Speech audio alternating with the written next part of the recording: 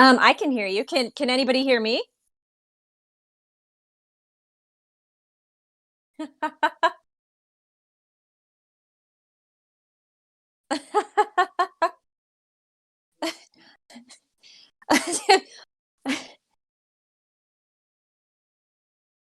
Well, I'm like, can you guys hear me? So apparently technical issues abound. Yeah, no, I just Okay, so they hear me. called. Gosh darn it, guys. Plugged in the wrong one.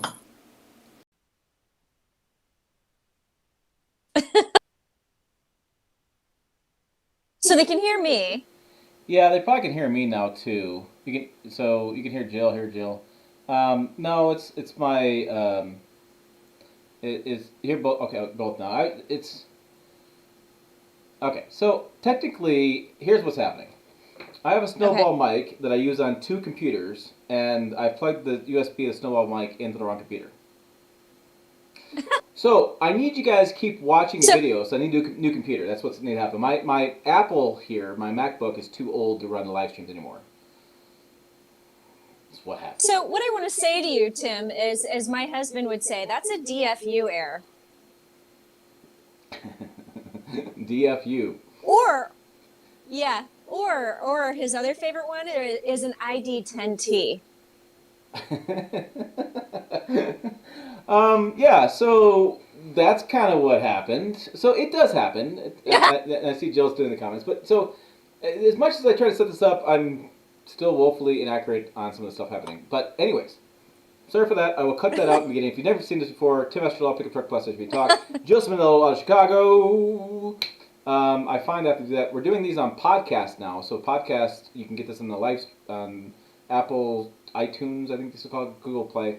And I'll make sure I introduce ourselves. So if you're listening on live stream or listening on YouTube, I was doing live here in the thing, yeah, welcome. Make that happen. So welcome to that. I am drinking a little whiskey tonight. Jill's drinking a little bit of some water. Oh. So what we do on this is we drink, talk, trucks, SUVs, and we have a good time, and hopefully you will too. I did want to come back, roll it back, and talk about a couple of cool things happening on the weekend. 44,000 subscribers. So another milestone there, 44,000. I probably won't do anything until we get 50,000 because that's going to be a huge milestone to get there. So I'm happy for everybody that's logged on, that joined the channel. I'm getting a lot of positive comments back on the YouTube videos overall, so I'm very pleased by that. There is a poll going on right now about when I should change oil in the F-150. If you'd be so kind to check out, like on the I think it's on the community channel or our posts on this page. Please vote and poll. I am debating about doing it earlier in that I want to get some footage of underneath the truck and talk about some changes on whether or not it's got the plastic oil pan, whether it's got a new liquid-to-liquid transmission cooler instead of a front transmission cooler. So there's a few things going on there. So again, comment below and comment in that whether I change my oil now or later. That's a really important thing. So yeah, those are two cool things going on. Oh, third thing, we have a new contributor to the website, Erica Mueller, and she's in Texas, y'all. And yes, she literally says y'all many times. It's and yeah, say haha, Jill, ID10T. Jill No, has, this is more of the DFU error. yeah, she's got a bit of a camera issue. It keeps going like this. So I apologize if I have like I straighten it and then I look and I'm like, wait, that's not straight. So that it's like so I'm sorry if I keep going like this. Or if it completely falls. Right. So that's funny. Erica Mueller, who's on the who's now contributing on the Pickup Truck Talk website, is going to have a video coming out soon. I just asked her, and she's willing to do it.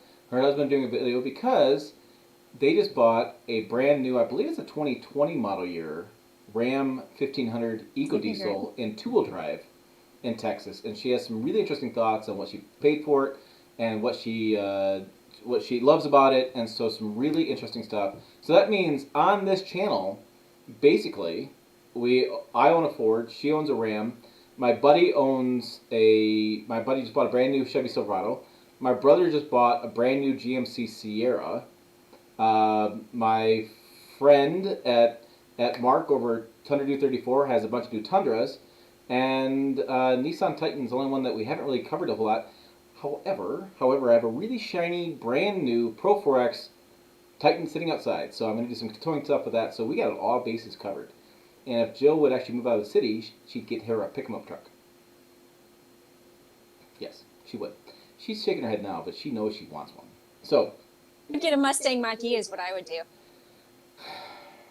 all right, we got to talk about this Mustang Mach-E a little bit more. But we got to talk about something about. So let's go back to the title of the show. We've been doing 6 minutes, haven't addressed it yet. If you guys didn't see the news, last week we had General Motors announce that they aspire.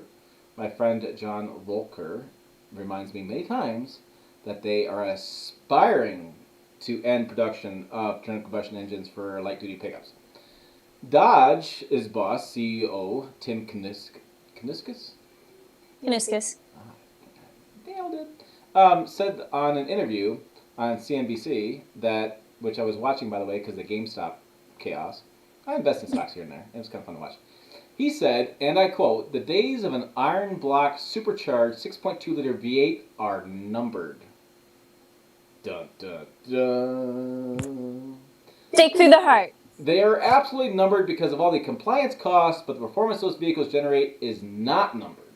Saying that the muscle cars will still be muscle cars, but they'll have the electric car whine. Isn't that what happens in Formula E? It's like, is that Formula E? Doesn't it sound like that? I don't know. Anyways, Yeah. what I wanted to say on this is I've been on Facebook arguing with my friends and people I don't like. But anyways, there's a lot of stuff going on there, and I tend to be the standard bearer of many arguments. Many pieces to this that I find very interesting what he said. First of all, he said that the 6.2-liter V8 supercharged is coming to an end due to compliance issues. Well, what's that really mean? It really means that Dodge and Ram and FCA, well, no, not FCA, Fiat, and Stellantis. Stellantis. Yeah, what can Stellantis do for you? Ask your doctor what Stellantis can do for you. And I tell you what, if Stellantis has bothered you for more than 4 hours, call your doctor. Yeah. That's a public safety announcement. But anyways, so Stellantis, the challenge they have is they don't build enough cars. And they don't build any EVs. So what happens is, what he's talking about is basic CAFE, corporate average fuel economy. I've covered this in the channel. I actually read the 2018, I think it was 18, Safer Act, which is what Trump put into place for the rolling back some of the fuel economy standards. 550 pages of government speak, folks. I think 2 pots of coffee. It was mind-numbing and boring as hell. But that interesting piece of that is that what happens is they look across the entire your fleet of vehicles. They give a footprint as far as each vehicle, what they should hit for fuel economy. They take your sales and they take it against the footprint, and they figure out how many vehicles did you exceed or meet the standard. If you did not meet the standard, you pay a fine. Dodge and Ram, as collectively, have paid many fines over the years. There is a cost to doing Hellcat engines, and that is paying the fine to the EPA. So what he's saying is, from a compliance standpoint, they don't have the chance to do it. Now, why Toyota and Nissan are able to build V8 engines to go away with it? Because they have Priuses and they have Leafs. And every time you sell an electric vehicle, you have a credit. You take a credit from this one and put it against the bad boy. There's a long-going thought that the only way Tesla's making money is selling these credits. There's a huge market in the marketplace out there about buying and selling credits to avoid the big fines. So they're talking about, what he's talking about is they're going to be able to meet those compliance issues for CAFE. Now, if Stellantis, if they can, you're putting an extra I in there. I know I do. If they can take that and make a bunch of EV cars and actually sell them, then the muscle car sticks around. That's really what's going to happen. Or if you, the consumer, decide to vote with your pocketbook and keep buying these cars, well, guess what? Automakers are businesses. Turns out they have to build what you actually buying. That's how the things work, folks. Now, what he is also alluding to in the statement is that the performance muscle cars will not leave because of electric vehicles, which Jill just had the extreme pleasure, because she texted me all through the weekend, about driving the Mustang Mach-E EV and how much superior and how much fun it was to drive. So, what do you think, Jill? Is he correct in saying that Dodge muscle cars will still be fun to drive when they're EVs, or because you did the Mustang Mach-E, Mustang Mach-E. So you've done that. You've been on this road. So I'm going to put you on a spot there. What do you got? Actually, an all-electric vehicle has the potential to be even more fun and satisfying than a V8 engine. I mean, you get more power, you get more instantaneous torque. You know, the launch is faster because you have just that, you don't have that lag time at all between pressing the accelerator and going. And I mean, we got completely dumped on with snow in Chicago, so I was not able to test any acceleration at all. But I like drove up to Wisconsin in snow and drove back in snow. So we have some range stuff coming up for you. But I think that it absolutely has the potential, especially the other thing that you need to consider is by putting the battery pack on the bottom, you have a lower center of gravity, which makes it easier to maneuver around like some of the corners and things and not have to worry about, I mean, you probably won't be able to drift anymore unless you have some good sand or snow, but I think it absolutely has the potential. But I mean, one thing I want to say, kind of touching on what you said about, you know, if you still buy these, you know, internal combustible engines, now I'm going to trip over my words, you know, they'll still buy them. They just probably, or they'll still build them. They just probably won't build them in mass. But one of the things that Dodge has always done, and I think they've done it brilliantly, and so this is the Dodge person, nobody else in the Stellantis group, but what they have always done is they know that only 1% of the people are going to buy their vehicles. They are a brand for the 1%, you know, and they frankly don't give a crap about anybody else. They are building their vehicles for their customers, period. And that is actually one thing that I've always really admired about Dodge is because they've poo-pooed pretty much everything else in terms of like hybrids and EVs and non-performance. I guess I should say not always, but in the more recent years, they've really pushed that envelope in terms of the Challenger and the Charger and putting, you know, the Hellcat engines in all of the things. You just had the Hellcat Durango. And so I really think that Dodge knows its customer and they will build a vehicle for its customer. So I would not be surprised, let's say that, if there isn't some version of the V8 that doesn't stick around in some capacity. Like, I would be very surprised. Yeah, I think one thing that you have to tip your hat to as far as Dodge is concerned is... Oh, I lost Jill. Sorry, I hit buttons. Okay, Jill's coming back. Jill's coming back. One thing that I... Make sure Jill comes back before I complete the sentence. Uh-oh. I can hear you, but... Yeah, you're still... Your camera's coming on. No, Jill's out there. Oh. One thing that I would say that is always really impressive with Dodge is if you look at the Charger and Challenger lineup, they do an exceptional job of building the same vehicle with many different powertrains. So you can get... And these are sedans. I'm sorry, sedans. I'm talking about sedans. I know, they're boring as hell. They're sedans. But the sedans have the opportunity... I don't know. You can do multiple powertrains, which is really impressive. And so when you do multiple powertrains, you're talking about the fact you could do a V8 version, you can do a Hellcat version, do a V6 version, you can do EV version of that. So you're having a variety of vehicles, and so it's pretty impressive. Yeah, my mic is a bit of an issue tonight, Dave. I'm going to try to change my mic one more time and see if there's something going on. But we've had a variety of technical issues tonight, guys. Yeah. So, but when you're looking at that stuff, you can see where they can really make that happen. And so I think it's really important to consider that this is not the end of the road for V8s. There is still a customer. If you look at Ford does the EcoBoost, but they also still have a V8 engine because there's still a customer base for V8s. As much as Ford would love to just do EcoBoost and everything, which is what they've been doing for a while, they still have to offer V8s because you guys keep buying them. So I think that's the biggest thing is that, yeah, there isn't going to be an end of, your camera's still off, Jill. So there is, I don't, say with us, Dave, trust me, we're working on it. We're working on it a lot. It's been an ongoing thing. But there's a place and time for the growth of changing in engines, and I think it's going to happen sooner or later. So Jill, would you like to call me back? Maybe. Let me try that. Okay. Ooh. So she's going to call me back, and I'm going to do my mic one more time. How about now? Negative. Your camera's not starting, I don't think. Weird, because let's see. Do you want to switch to your computer? I can't because I don't have the app on there. You don't need the app. Just go log in the website. Discord.com? Yep. Okay, sorry about that. I will be cutting this out. Yeah. 16 minutes in. Let me write that down. This is live on YouTube. This stuff happens. 16 minutes. Oh, I'll wait for her to get back on. I have a really funny story for you guys too.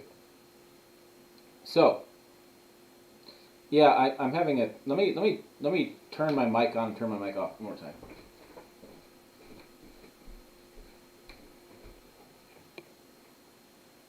It's like asking me for my birthday. You were born in 54, right? No? Yeah, what a reason my mic is not coming on.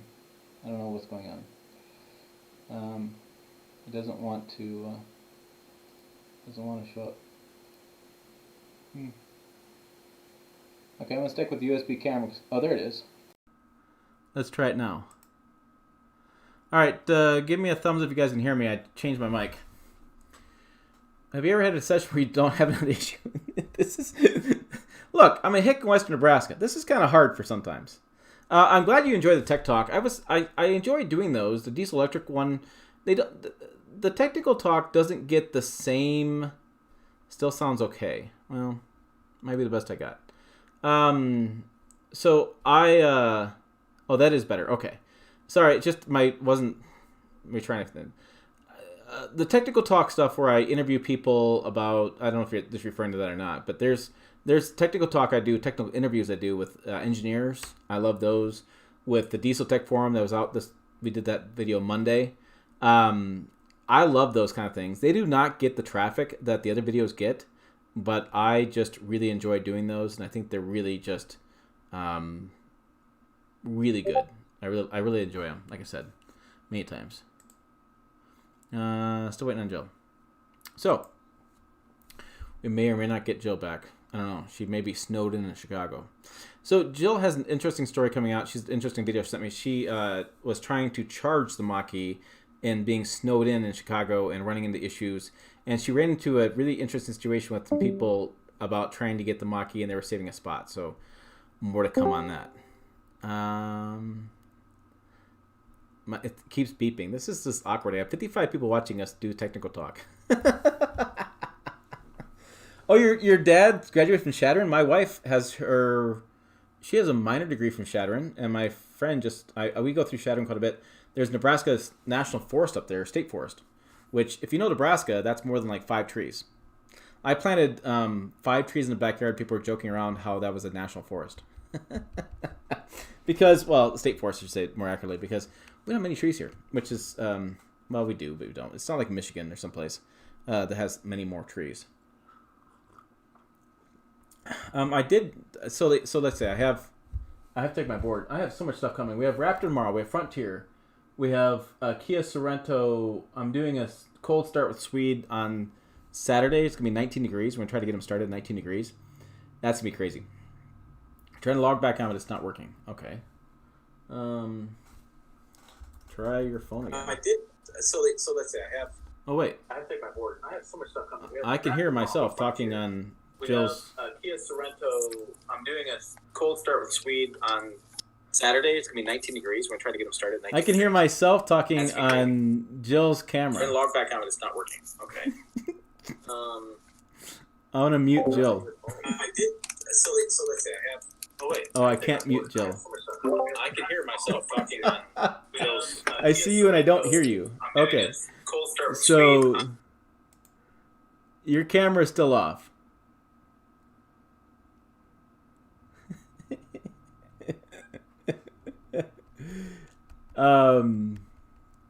Yeah, I don't know what's going on. Jill's having technical issues. So this is Nana Boo Boo. She gave me a bunch of crap earlier on this show about how she couldn't hear me. So, or how I was having technical issues. So Nana Jinx, I should say Jinx.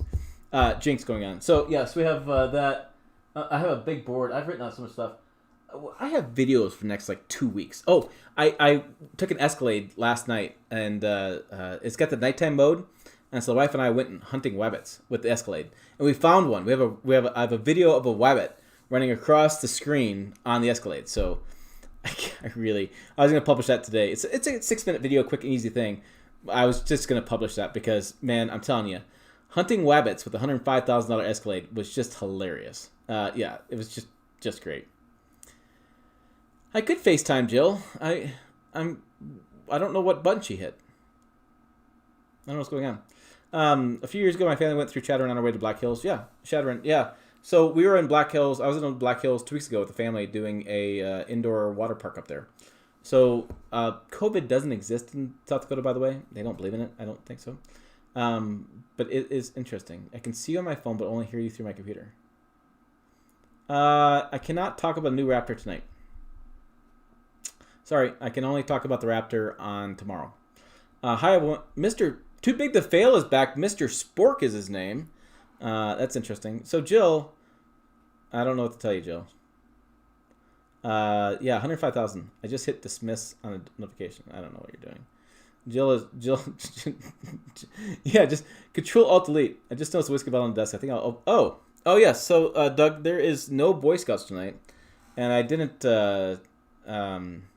sleep well, so I thought I'd have a little whiskey to kind of crack things up. Seriously, I see you like normal, and I can. I did try to. That's also the first. What the heck is she doing over there? Are you connected with me, Jill? So you can see me. Oh, I heard a mic. I heard Jill's mic. I can't see your camera. So, Jill, if you're out there, I can't see your camera, but I heard your mic. Adding back on its on. So I'm gonna disconnect with you, Jill. So let me disconnect with you, and then let's try her back. Oh.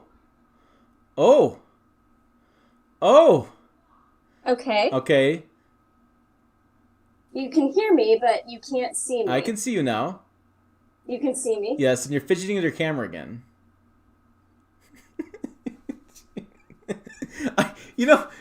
Wait. I told you I wanted to get you fidgeting on camera, and I want to record it. And you know what you just did? You just gave me my present. You're just like, here, Tim, I will give you my present of you fidgeting on camera. So welcome back, Jill. It's been a minute since I've seen you. Did you slip, trip, and knock your phone over or something? What's going on here? Yeah, no, I had a notification pop up on my screen, and it was like literally like covering half of my screen, and so I like went to swipe up on the notification, and it went to the notification. I was like, no. So yeah, and then I was able, like, I saw you like normal, but you couldn't see me. And so I was just like, and then I tried to call in, and then I went to Discord on my computer, and it created a whole new account for me, I think. And I'm just like, whatever. Yes, Doug says, need to get Jill a webcam. I told her it's time. No, I got it on my I have a camera on my computer. I don't need a webcam. Mhm. I just need to figure out how to log on to this through my computer because I've never tried that before. So, Mr. Spork, my services are $900,000 an hour to fix your computer. So if you can afford me, I will be on the first flight out there. But until then, no, not doing that. Jill, I was hoping you could share your story about charging the Mach-E with the couple and the van, so people could hear the story. We're teasing it. I want to tease the video. She's got more video up. We're going to talk about this. But could you share with our audience the amazing experience you had? Right. So usually when they give you an electric vehicle as a test car, they don't deliver it directly to another journalist because they want to take it back to their office. They want to make sure everything's fine. They want to, give it some juice. But I get an email on Friday from our fleet manager, and he's like, hey, can you make sure that's charged at 100% when you turn it back in? And I was like, maybe. I said, I will try. I'm getting ready to do a fuel economy test, and I'm going to test the range. I guess it's not really fuel economy, but I was getting ready to do a range test, and so we'll see what happens. Surely I can find a level 2 charger. I live in Chicago. It'll be fine. And I was plugging into my wall jack, which is great, 110 volt, level 1 charge. But it takes 96 hours to get back to 100% doing it that way. Wait. And hold on.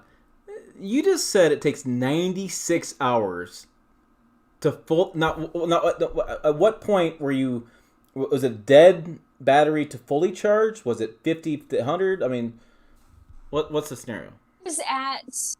I was at 50 miles of range. I feel like I was down to 30%. Okay.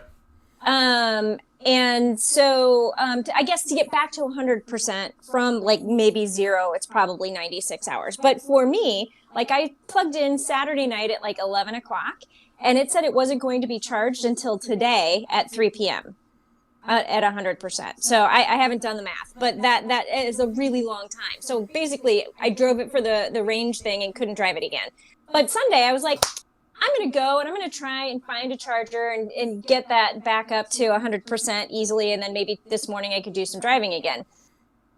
So the first one I come to is completely covered in snow, plowed in. And I was willing to dig in and try and pull out the charger, but the space was this big, and I was like, yeah, I'm not going to fit there. So I go to the next space, and this is the funny part. I go to the next one, and there's 2 chargers, or at least 2, in theory, 2 chargers, but one doesn't have a cord. And the one that has a cord, there's a red 1980s paneled van parked in that spot. And I'm like, douchebag, you're icing me. And so he parks there, but I'm like, whatever. I can angle the car just enough so that I can go up and climb on the snowbank, because this one was also snowed in, and grab the cord and pull it around. So I do that.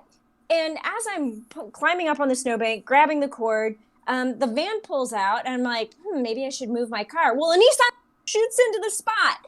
And I'm like, okay, that's weird. Dude in the paneled van was sitting in that spot, saving the charger for his wife.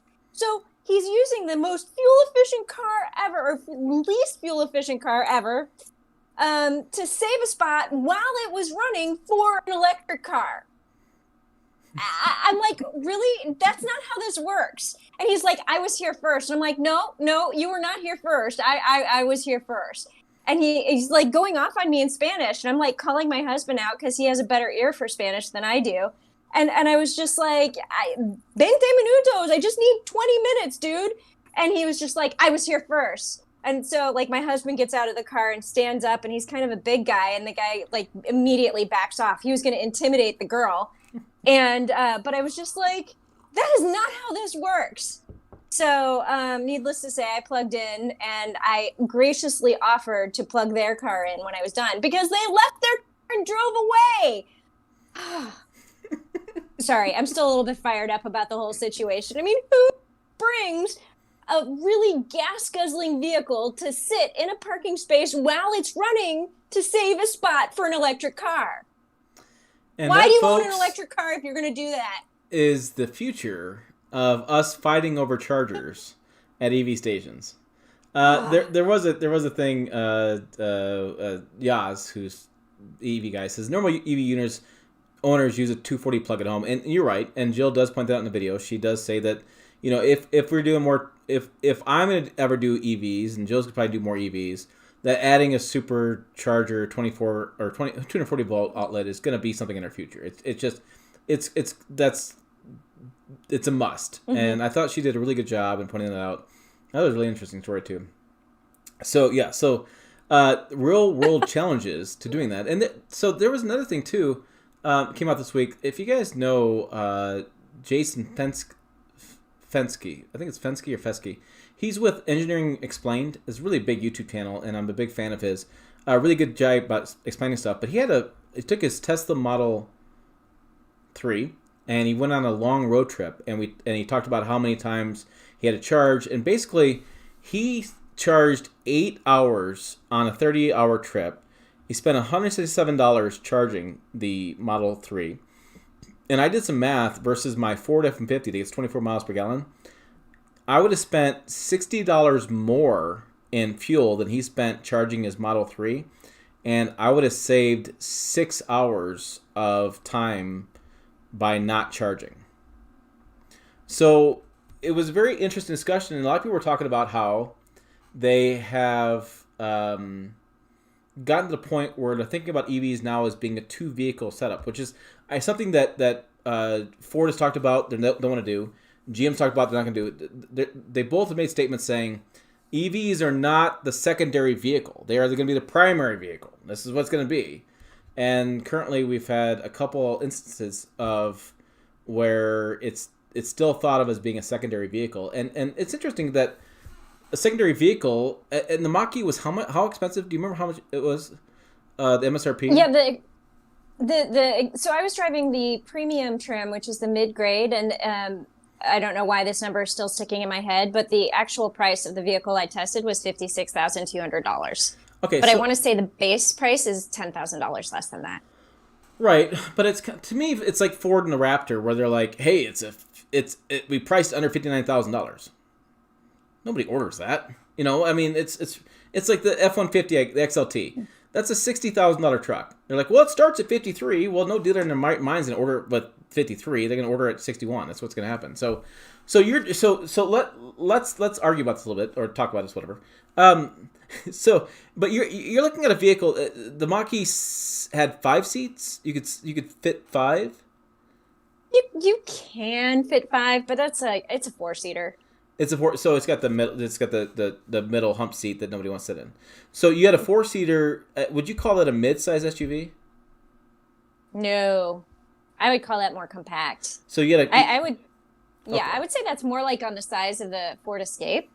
Okay, so all right, good. So you drove you basically drove a $56,000 Ford Escape. Right? Well, yeah, we laugh about this because the Ford Escape is probably is it a $30,000 SUV these days? Is it probably 32? It probably with the what they call that, titanium. They call that titanium trim. So even if you go fully loaded, you're probably 32, 33. Could I say, without Jill and I have these conversations? I don't know how her husband wins anything, but this is how we talk about things. So could I say that? No. See, I never win. But could I say that you're having a $20,000 price premium for the EV? If you were to sit down with a pen and paper and compare, no. So you're saying that the Mach-E, because the Mach-E is a specialized vehicle, and I mean that's like saying, comparing a Mustang, like a regular sports car, to the Escape. You can't do it. They're not the same thing. Okay. I would say the EV maybe adds $10,000, but I would also say that you have a $7,500 federal credit and whatever local credits that aren't even included in that. So I think that it rebalances a little bit. Well, if you and your husband were doing the math and you wanted a 4-seater SUV, do you feel like it's apples and oranges comparing the Escape with the Mach-E? Or would you say would you sit back and say, you know what, looking at a 4-seater SUV, I want some room. I have a small garage because I live in Chicago of all places, and I'll have a small place to park this, and so, and that's what my wife and I do the same thing all the time. Is I don't want a big SUV in our garage. I need to get around her car to get to my workbench, and that's what happens. So, would you say that is the totally not comparable, just different apples and oranges, or would you actually, if you were cross shopping, what would you cross shop it with? You'd have to look at like the Model Y. So here's the thing. I think people who are buying a gas car are not looking at an electric car. Ooh. And I think that an electric car is a choice. Okay. It's a lifestyle choice that people are making. And then they cross shop with other electric cars. Maybe they might cross shop a electric vehicle with a plug-in hybrid, but I really don't think that people are going to be like, do I want a Ford Escape or a Mustang Mach-E? Because I think that when you're buying electric, you're looking at electric. Okay, so now, did you feel, this question came up, do you feel like the Mach-E was cheap? It felt cheap, or do you feel like it was worth $56,000? I think that is the bottom of the day, the end of the line. That is the question, because $56,000. I mean, that's really. And I know it's apples and oranges, but when you're looking at $56,000 in a compact SUV, you're talking Lexus, you're talking Cadillac, you're talking Lincoln territory. That's kind of what you're looking at in the compact SUV in that price point. Do you feel like the Mustang Mach-E was so good performance-wise and interior-wise that it was comparable in that price point to like a luxury SUV? Again, I think that if somebody is looking at a Mustang Mach-E, they're probably, if they're going to look at a gasoline vehicle, they're going to look at something like a Lamborghini Urus. They're not looking at a Ford Escape. I think that in addition to being an electric car, it's a aspirational vehicle. So it's not, do I want the Lexus RX or do I want a Mustang Mach-E?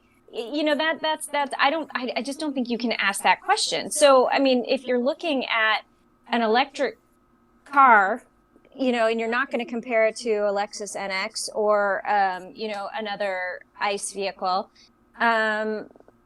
for what it is, I thought it was great. I thought the interior was really nice. I thought it was really well done. I liked the Bang & Olufsen sound system.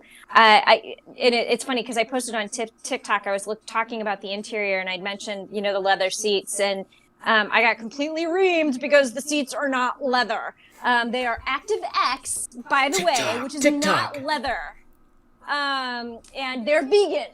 Although I'll have to say, I've done some research, and I cannot find anything that says that Active X seats are vegan. Just so you know. But the seats felt really smooth and soft. They were nice and cushiony. They were comfortable. They had good bolstering. The steering wheel, also not leather, felt very good in my hands. And one of the interesting things that they did in the vehicle that I had, because it had the Bang & Olufsen sound system, they put material on the dash, which is basically like the same material Bang & Olufsen speakers would have. So I don't know. I just thought it had a lot of nice, interesting touches. I liked the big screen. I wish the screen was maybe integrated a little bit more, but I'm starting to get used to the idea of blah. I didn't like it in the Ford, what was it? Not the Expedition, not the Escape, but the one in between them. Explorer? Also starts with an E. Explorer? Yes. I'm completely blanking on the name. I did not like the screen in the Explorer, but for the Mach-E, which again is a different kind of vehicle, it's an aspirational vehicle. The screen, the way it was inserted, didn't bother me. I liked the size. I mostly liked the functionality. I liked the I don't, I liked the acceleration and the handling in the snow. I'm not gonna kill it, but I'm just gonna say, yes. Yeah, I don't want to kill the video too much. And there's some comments on here about people trading in their Civics and Accords for Model 3s. And there's some comments about not understanding the marketplace. I think it's interesting because I talk to a lot of people about EVs as well, and I'm kind of with with Jill a little bit on this in that an EV customer to me is a much different customer. There's a lot of pros and cons of EVs, and the people I've talked to on Facebook and the arguments I've had, and a good friend of ours, I just saw his face and I blanked on his name, but Alex Dykes has some EVs, and he's actually charging his house using solar panels. And him and I have been talking a lot about this because he's using solar panels to charge a battery, and he pulls the power from the battery to power his house. And he is talking about a lot on his difficulties with this. And so, I don't think we're off the mark that much at all. I think we're seeing a lot of people having. I think what's so exciting about EVs is I think for the first time ever, people that are maybe not so car people are getting really excited about EVs because it's cool tech, right? So it's this crowd that's into computers and things. Like Erica Mueller's husband is a computer programmer, and he's in love with the idea of like Tesla Model Y and a Mach-E. He's really excited about this because he's in this technology world. And then when you talk about when you talk about customers, as far as truck customers, the last thing we talk about is a screen. So like a $105,000 Escalade that had 38-inch screen. The first thing I thought was this is going to be expensive as hell when it breaks.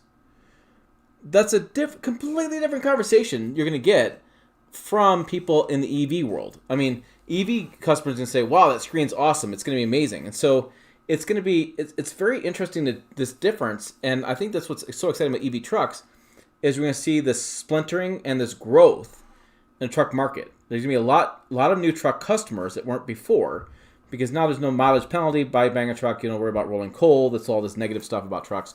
And you have all this new customer base and be excited about driving these vehicles because, as much as we talk about the Mach-E being $55,000, right, an aspirational purchase, the GMC Hummer EV is an aspirational purchase. The Tesla, the reason why Tesla was so big early on, and Yaz, hold on a second, Yaz, and KB9 Oak, hold on. The reason, in my opinion, that Tesla was so big early on is that they cashed in on the idea that you could do a luxury EV with cool technology and make it a hip, cool product. And I think that's the same idea of the Mustang Mach-E, same idea of GMC Hummer EV. I think for a lot of average truck guys, they're losing their place in the marketplace because all this change is happening. But the reality is only going to cover like 5-10% of the marketplace. EVs, as cool as they aren't going to be mainstream quite yet because of the challenges Jill's had, because of challenges that people have. I still think in certain places, EV is just awesome, like the golf course. But also like in Southern California and in Florida. My dad lives in a retirement community in Florida, and I told him to go buy an EV. And people are like, Tim, you're anti-EV. And I'm like, well, I'm not anti-EV. I'm just practical. Him and my stepmom have a Cadillac XT6. They drive back and forth to Michigan. But the majority of the time, they're at home in Florida. They're driving the store and back. They're driving around town. I said, go buy an EV for your secondary vehicle and leave it in Florida. It'd be phenomenal. It'd be, they could go buy a Tesla or a Nissan Leaf or Prius because that's their around town car.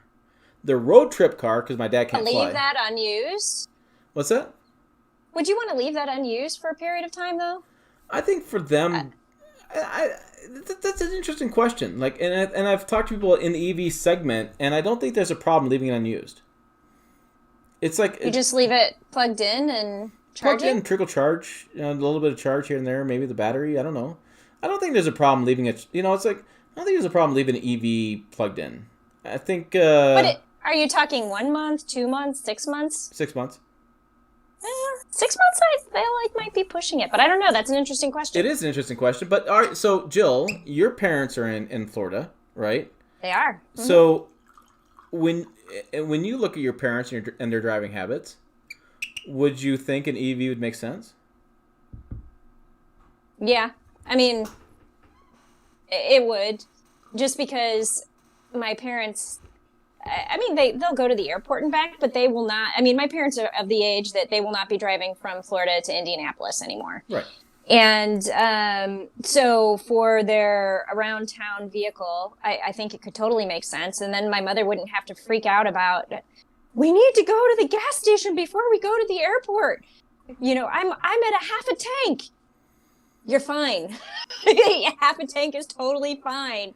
We hit a quarter of a tank of gas and she's apoplectic. And I'm just like, no, seriously, even a quarter of a tank is like 50 miles. You're fine. So yes, it would probably also make my mother give something else to worry about. I don't know. Yeah, but I'm not.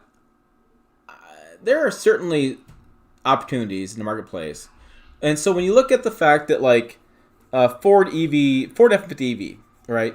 People are over the moon on this thing, and they haven't even announced anything. I think that's gonna be a perfect commercial truck for construction areas. Low range, high payload is what I expect on this truck. Just like the Ford Transit van they've done, as high payload, low range. Last mile delivery is going to be fantastic. I think that's where it's going to be. And looking at our parents who are getting a little bit older, the fact that they can hop in a vehicle, they can drive it, they can come back home, plug it in, because that's the amount of their trips they're making. Not worry about gas, not worry about maintenance. I find it to be, to me, that makes a lot of sense. I will miss the joy of hearing the exhaust note. I mean, look. My 62 is a dual exhaust V8. He goes 0 to 60 in a month and a half. But he sounds cool doing it. And so, I mean, that's my whole take on it. It's like I know EVs in the future. I'm going to be sad when it comes there. I think we'll have a variety of options. Hydrogen fuel cell would still be an option for truck guys. I was really interested to hear from the diesel forum guys. If you haven't seen the video, I know it's 27 minutes. I have it in chapters. I put chapters in there. Go check it out. My friend Alan Schaefer and I were talking about stuff. Diesel electric is near zero emissions, and when they can do biofuels, which is Marathon's talked about doing biofuels. Marathon's closed down an oil refinery and is now working on biofuel diesel using animal fat and other waste products to create diesel fuel. That's going to have almost a near zero or even no emissions impact. So you can still do diesel because it's even though the emissions, I didn't quite get clarity on the emissions from a diesel with renewable biofuel, but I believe that it's much lower than it is currently. So there's a lot of stuff going on with that, and I think that there's not a one solution fits all.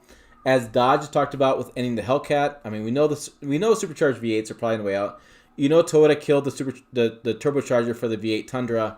Yeah, there's a lot of conversation about the V8 Tundra going away. I believe that's not quite true, but there's a lot of conversation about going down the road. So we know that the world is going to change, but there is a variety of solutions out there, and I think we're all going to be really happy as we go in the future, because I think there'll be a variety of there'll be different solutions, different people. So like in my area.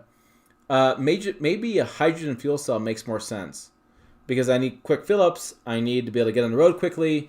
I need to be able to tow, and I need to be able to get moving. I can't. These guys that talk about spending 45 minutes at a charger watching their car charge while they're smoking a cigarette or having a cup of coffee just drive me up a wall. Like I pee in 25 seconds. I'm ready to go. Let's go. Like I look at when I do Google Maps for my destination, I see that as the baseline, and that I have to beat the baseline. I can get there faster. So I see it as a contest. I don't have time to wait, but I could see the people that are retired that have time to wait, or you're self-employed. So I totally get that, and there'll be in Jill's case. A battery EV in downtown Chicago, come on.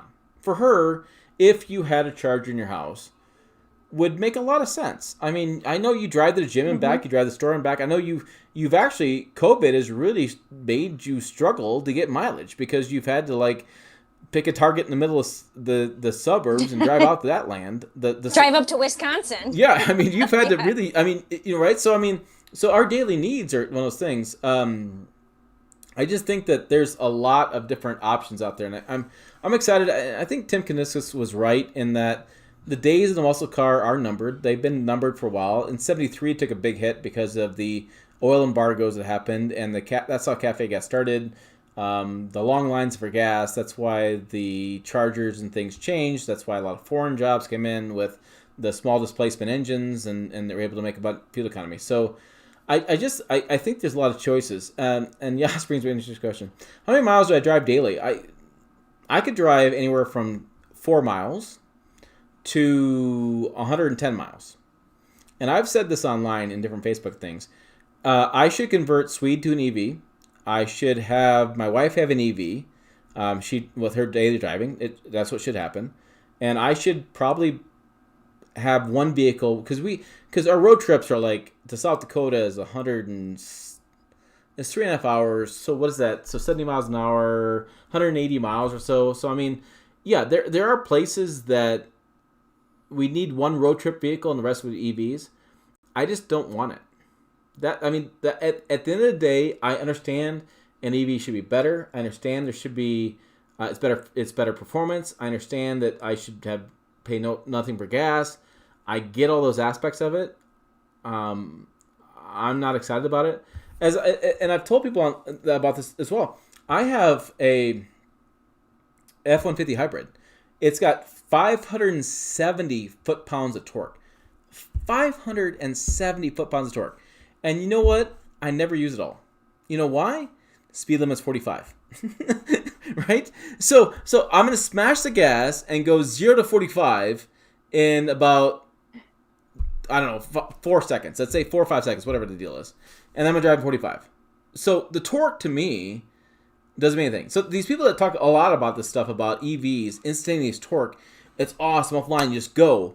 It's great, except for in the cases.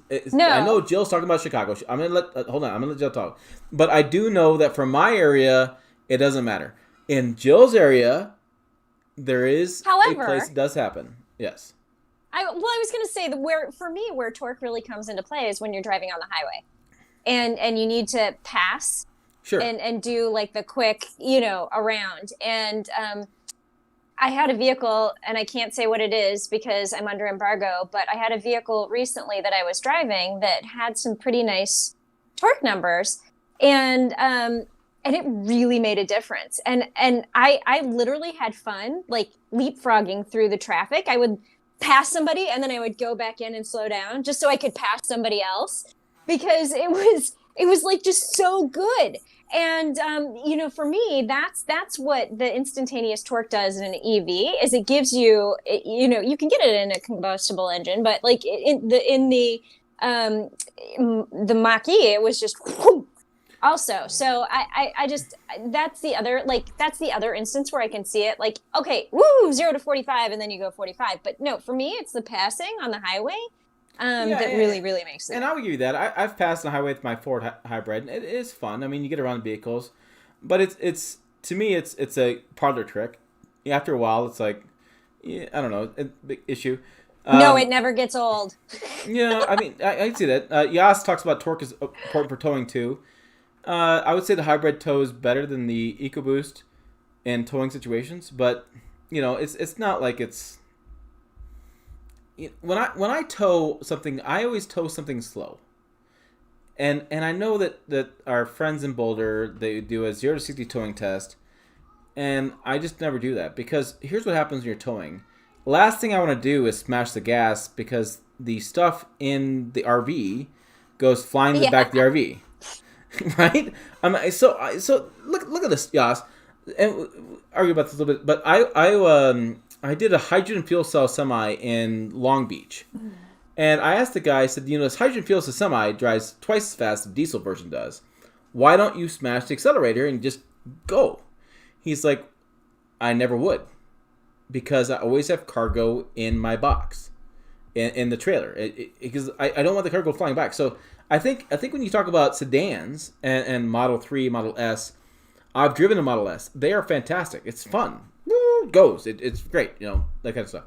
I miss the sound of it. I miss the thrill of driving. To me, it's a boring drive. To me, EVs are boring as far as a visceral experience.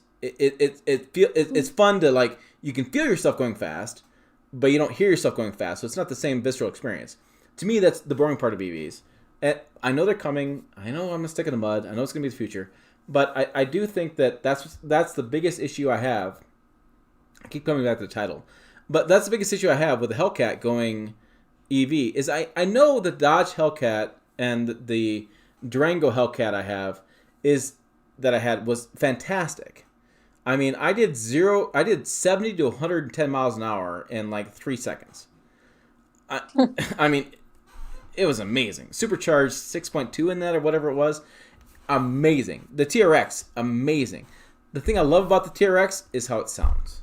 Outside the cabin. Inside the cabin it's kind of quiet, but outside. But it's the thing is, it's like, just because I can go that fast, to me, it's not the same as a Hellcat. Like, I love idling a Hellcat. You know, you know, it's like I will start my truck and let it run my 62 because it's dual exhaust.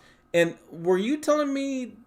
It wasn't you. Somebody else told me that they had a performance car that they would do remote start on it in the garage, just let it run, and they turned it off. That was not me.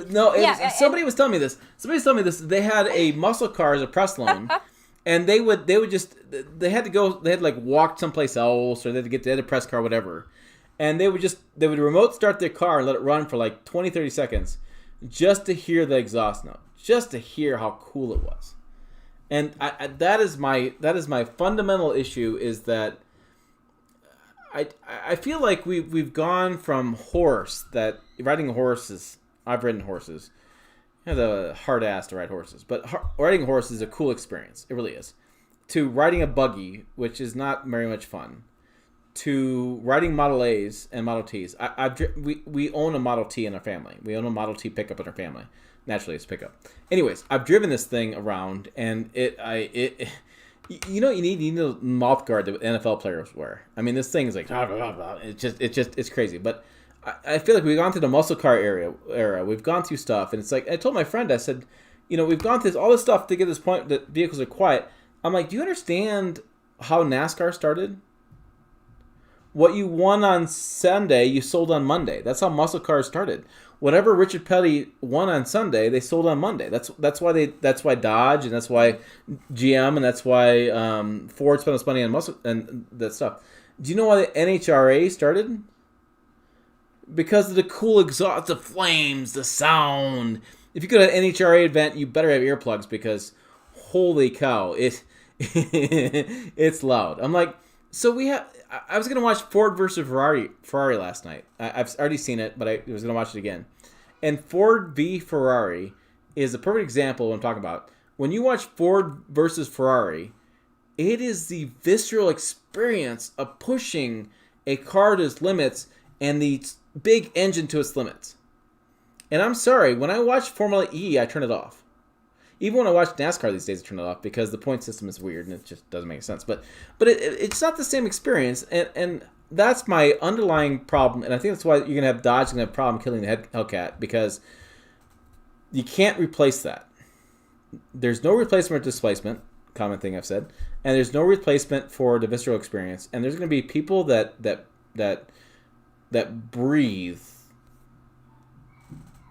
a visceral experience, and it's going to be hard to replace that.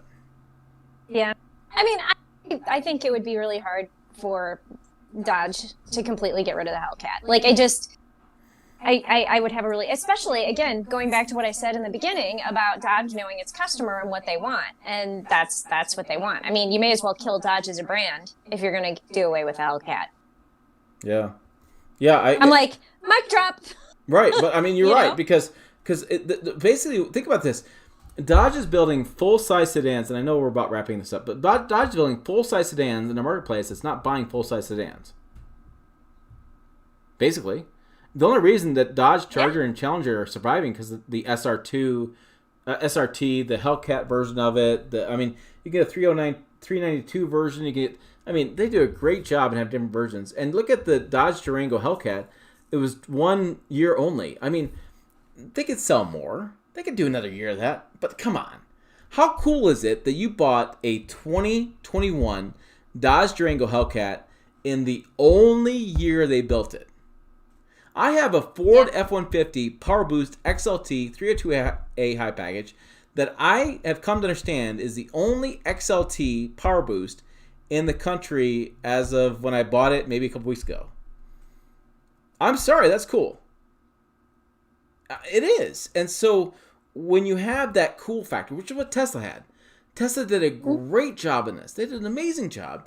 Is they created this really cool niche vehicle that got excitement. And you see the Dodge Hellcat going away. GMC Hummer is the same idea. GMC Hummer is going to have the same deal. Ford Bronco first generation is going to have the same idea.